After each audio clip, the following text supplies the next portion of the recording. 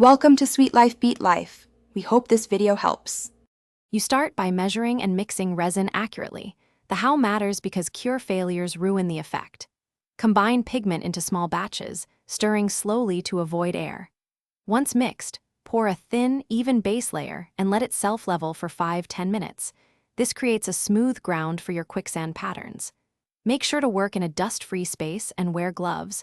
Protecting the surface and yourself speeds the process and prevents blemishes later.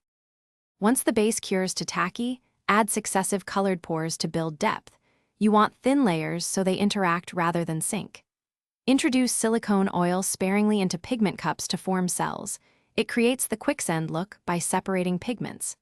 Then manipulate by torching briefly to pop bubbles and by tilting the panel in slow arcs. This controls flow and reveals organic boundaries. Be deliberate. Quick bursts and slow tilts produce different scales of texture, so watch how colors. You finish by allowing the piece to cure undisturbed on a level surface for the full time recommended. Patience ensures clarity and hardness. Once hard, trim or sand edges and apply a final clear top coat for gloss and durability.